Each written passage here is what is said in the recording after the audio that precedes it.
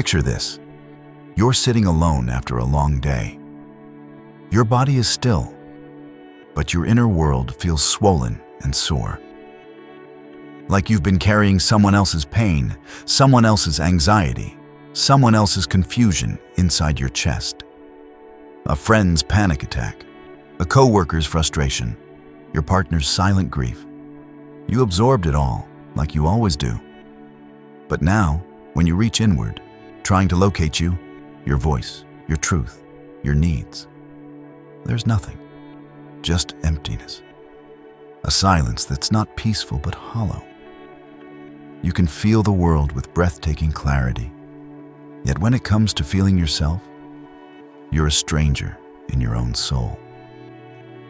This is not sensitivity. This is what Carl Jung called emotional fusion, a psychic state where your emotional boundaries dissolve and you lose all sense of where you end and the world begins. And for the empathic soul, it often feels like compassion, like purpose, like love. But underneath, it's something more dangerous, a slow abandonment of the self. Jung once warned, until you make the unconscious conscious, it will direct your life, and you will call it fate. For the empath, this is not just poetic, it's terrifyingly literal. Because if you don't uncover the unconscious patterns driving your sensitivity, you will spend your life absorbing pain that isn't yours, chasing healing that isn't needed, and building identities that betray your soul. Your deepest gift, your capacity to feel, becomes the very mask that hides your authentic being. And that mask, Jung said, is called the persona. Most people wear it to hide from others. But empaths, they wear it to hide from themselves. This video is a journey into Jung's psychological map for individuation, his step-by-step guide to reclaiming the true self. It is not a spiritual bypass, not another feel-good self-help cliché. It is a descent into the unconscious, into the shadow, into the psychic structures that have kept you trapped in roles you never chose. If you're ready to stop being a sponge and become a lighthouse, if you're ready to stop performing compassion and start living from wholeness, then this is for you. Because the privilege of a lifetime, as Jung said, is to become who you truly are. The empath's dilemma begins with a paradox. The very sensitivity that makes you extraordinary is the same force that keeps you lost. Your emotional gift turns into a psychological curse, not because you're broken, but because you're unconscious of its shadow. You feel others deeply. You sense their needs, their wounds, their inner storms. But over time, this gift becomes compulsive. You don't just empathize, you merge. Jung described this state as a kind of emotional possession, where the contents of others' psyches invade your own. He warned of participation mystique, a phenomenon in which individual consciousness is overtaken by collective emotion. You feel what others feel, not by choice, but by reflex. And then you call that reflex love. But real love, Jung argued, is only possible from integration, not fragmentation. And here lies the root of the empath's suffering. You don't know where you end and others begin.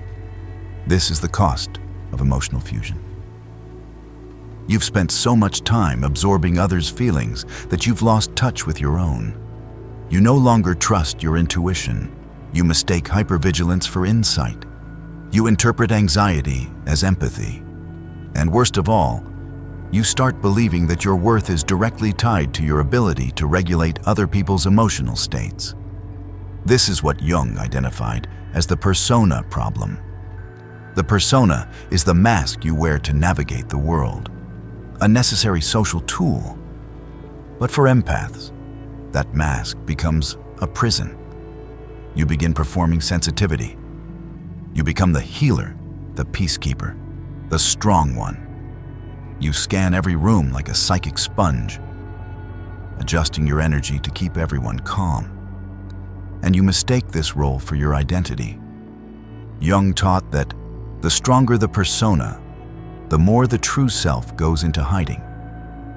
And so the empath's persona, so noble, so generous, gradually smothers the soul, because it's built on self-abandonment.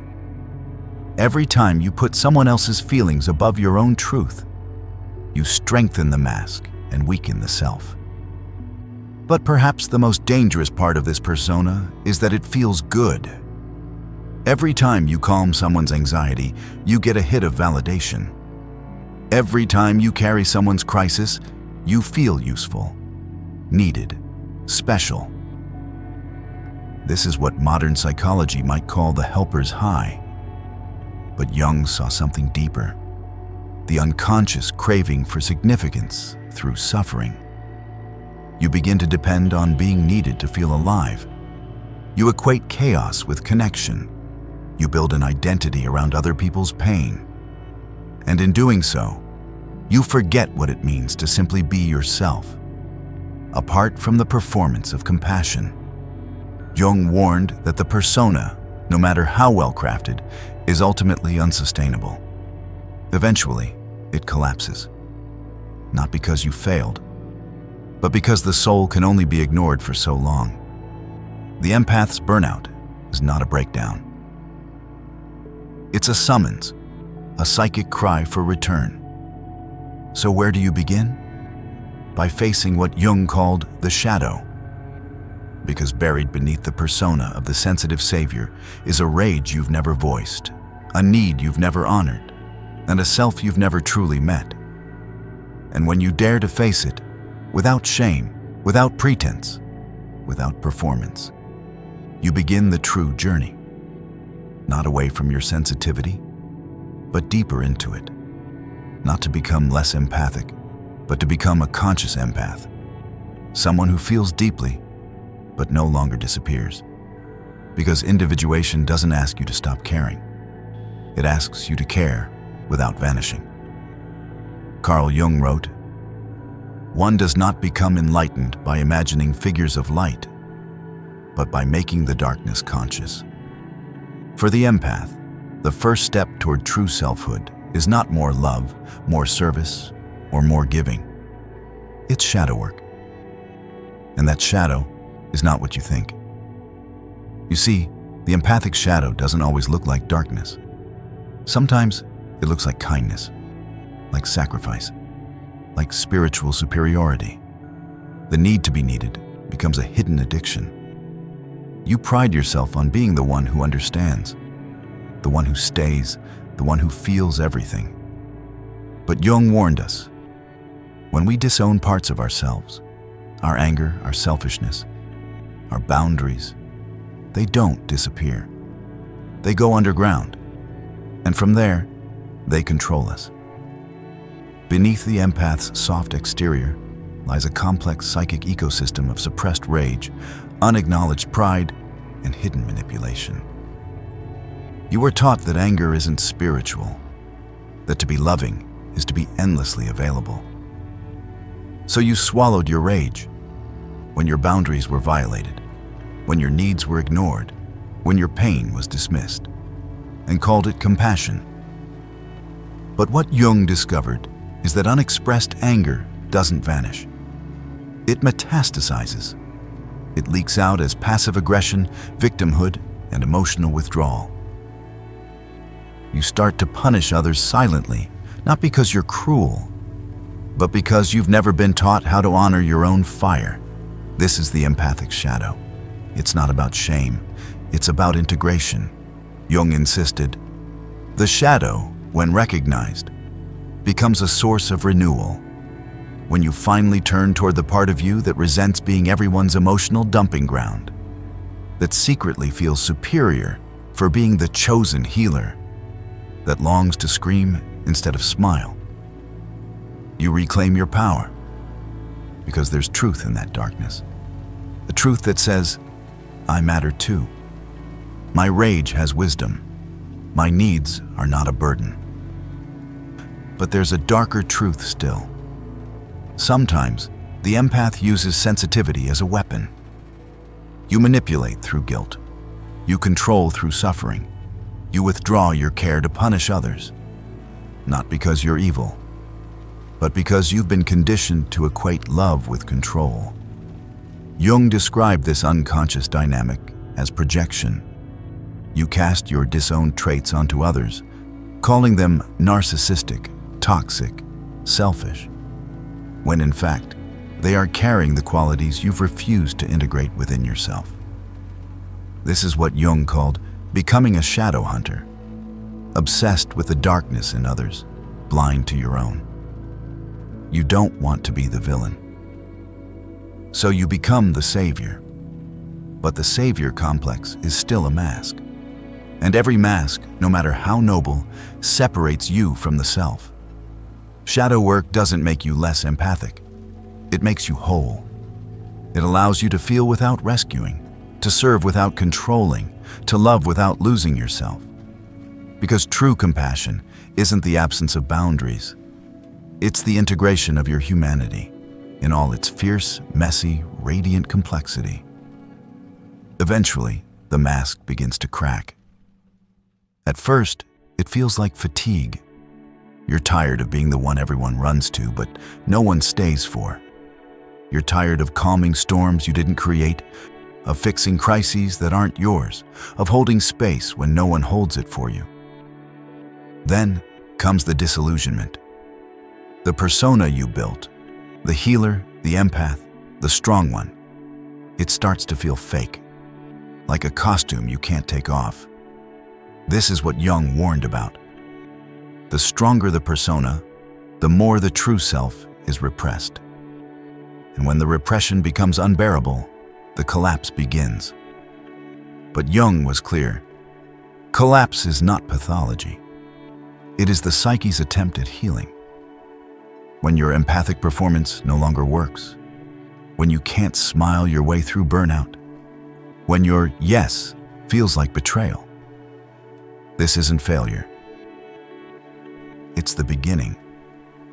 This is what Jung called the confrontation with the self, a moment of reckoning when the persona dies and the authentic self begins to stir beneath the rubble. For the empath, this collapse often comes with identity death. Without your role as caretaker, who are you? Without absorbing others' pain, what do you feel? Without managing other people's emotions, do you even know your own?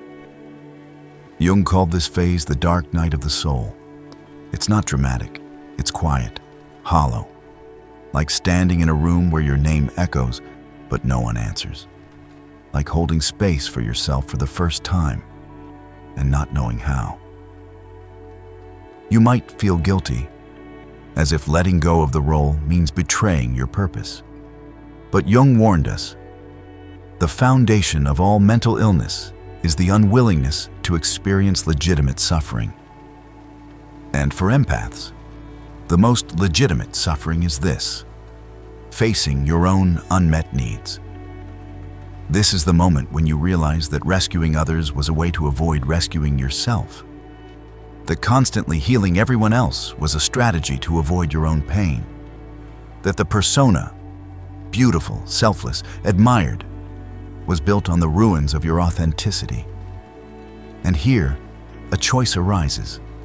You can rebuild the mask, go back to being the healer, the sponge, the martyr. Or you can descend further into what Jung called conscious separation, the sacred task of distinguishing yourself from the roles you've played, the emotions you've absorbed, the love you've confused with sacrifice. It's terrifying, because there's no applause here, no validation, no drama to manage, just silence, just you. But that silence is sacred, because in it, you begin to hear a new voice. Not the voice of the persona, not the cries of others, but the quiet, steady pulse of your own being, forgotten, but never gone. And from that silence, the real journey begins. Carl Jung did not offer a self-help formula. He offered a map, A map not of steps to follow, but of psychic territories to cross, each one demanding truth, courage, and surrender. For the empath, this map is not a straight line, but a spiral. A journey inward, a descent, a resurrection.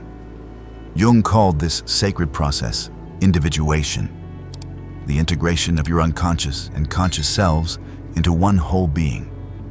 It is not the same as personal development. It is not about improvement. It is about remembering who you were before the world told you who to be. The first stage is shadow integration. This begins when you consciously acknowledge what you've rejected in yourself. Your anger, your need to be needed, your superiority, your fear of being ordinary. You stop pretending that you're always giving from love. You start seeing how you've given to be seen.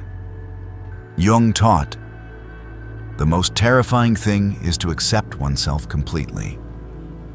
Shadow work isn't about fixing, it's about facing. For the empath, this means owning that not all your healing was pure. That sometimes you stayed in painful relationships because you didn't know who you were outside of them. That sometimes your help wasn't help, it was control in disguise. This truth is hard. It feels like dying. But something new is being born. That brings us to the second stage, persona dissolution. Now, the mask begins to fall. You stop being the strong one. You say no. You disappoint others. You stop fixing everyone else's emotions. And it feels like betrayal. But in truth, it is liberation. This is what Jung meant by the collapse of the false self. It is the unraveling of the persona that kept you loved but not known, praised but not seen. It is the part of the journey where you walk into the void. Not because you're lost, but because you're finally alone with your soul. And in that void, something stirs. The third stage is what Jung called active imagination, a dialogue between you and your unconscious. You begin to listen to your dreams, to track your symbols, to notice synchronicities. You stop processing everyone else's emotional material and start feeling your own. This is when you begin practicing internal empathy, feeling yourself fully, without shame, without filtering through someone else's pain. You might dream of locked rooms, deep water, wild animals. These are not random. They are symbols from your psyche. Jung taught that dreams are the small hidden door to the deepest parts of the soul. And for the empath, dreams often deliver what your waking life avoids: boundaries, anger, truth. Then comes the fourth stage, self-realization. This is not a finish line, it is a becoming. Jung called this the transcendent function, the union of opposites within you. You learn to hold your sensitivity and your strength, your compassion and your anger, your love and your limits. You stop choosing between being empathic and being whole. You become both. Here, your empathy is no longer a compulsion, it is a choice. You can feel deeply without being consumed. You can help without disappearing. You can love without self-erasure. Individuation is not a perfect ascent. It is a spiral. You will revisit the same patterns, your urge to fix, your guilt around boundaries, your fear of being seen. But each time, you return at a deeper level, with more clarity, more presence, more self. And this, Jung believed, was the true purpose of life. Not to be good, not to be liked, but to become whole. But individuation doesn't happen in isolation. Jung discovered that our personal struggles are not only personal, they are deeply archetypal. Beneath our surface-level stories lies the collective unconscious, a shared psychic inheritance of all humanity. Empaths, Jung observed, are especially porous to this realm. You're not just feeling someone's mood, You're unconsciously tapping into ancient patterns: the wounded healer, the savior, the victim, the mother. And these archetypes can possess you without your knowing.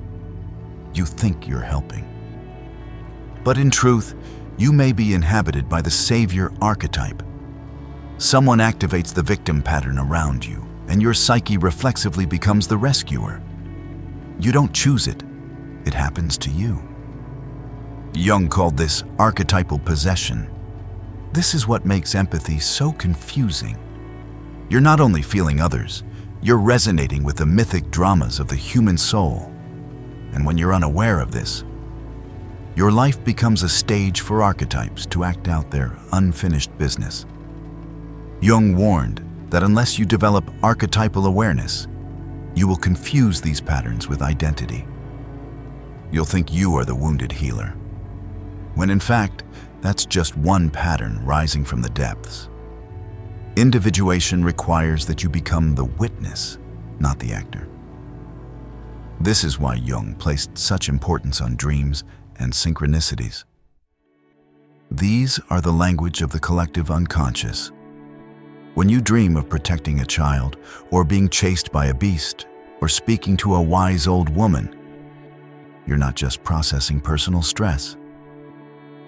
You are entering into the sacred theater of archetypes and synchronicities, those strange coincidences that feel too meaningful to ignore. Jung saw them as guideposts from the unconscious. When you begin honoring your own needs, you might suddenly meet someone who validates your boundaries. When you stop performing, life aligns around your truth. These are not accidents. They are your soul speaking. Jung taught that man's task is to become conscious of the contents that press upward from the unconscious. And for empaths, this means learning to ask, what archetype is moving through me right now? Is this feeling truly mine? Or am I carrying something collective?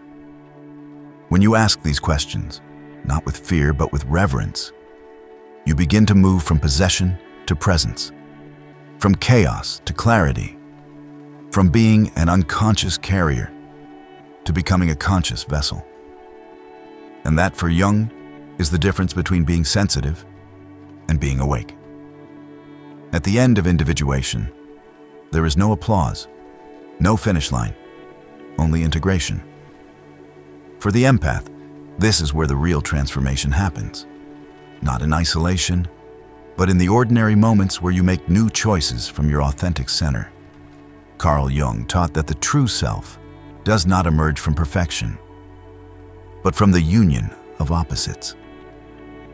He called this the transcendent function, the capacity to hold tension between what you feel and what you need, between openness and protection, between service and sovereignty. This is where you move from being an unconscious emotional sponge to becoming a conscious empath. You're still sensitive, still open, but now you have emotional sovereignty. You know what belongs to you and what doesn't. You can sit with someone's pain without inhaling it. You can offer presence without disappearing. You can say, I witness you, without absorbing their suffering as your own. This is the difference between being available and being possessed. You no longer feel guilty for saying no. You no longer confuse love with self-erasure.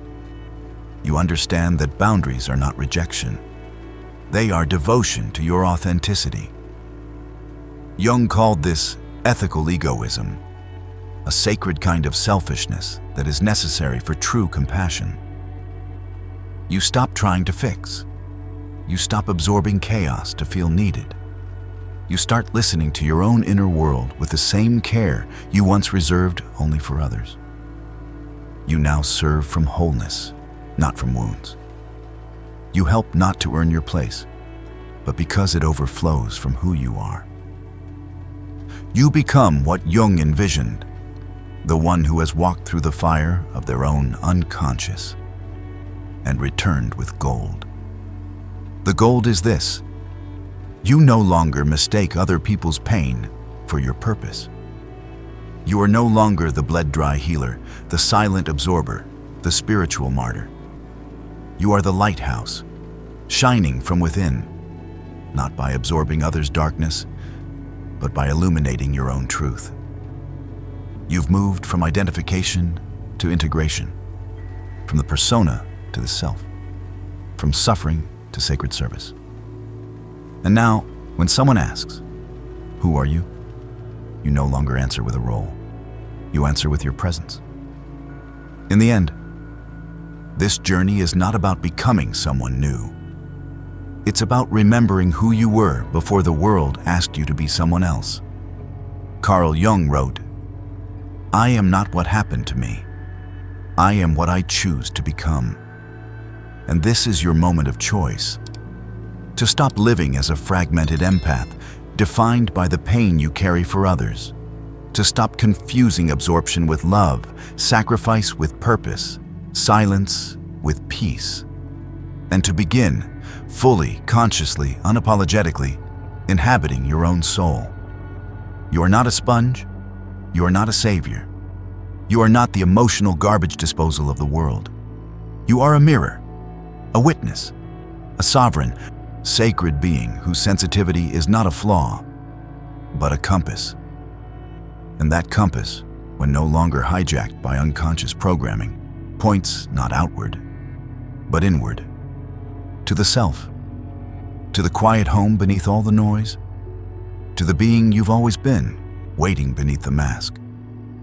Jung said, "The privilege of a lifetime is to become who you truly are." That privilege is not reserved for the few. It is yours, waiting, right now. If this message stirred something deep within you, share it. Subscribe to this channel if you're ready to live from the center of your own soul, not the edges of someone else's story. Let this be your map. Not to perfection, but to wholeness. You do not have to disappear to care. You do not have to suffer to serve. You are already whole. Now, become it.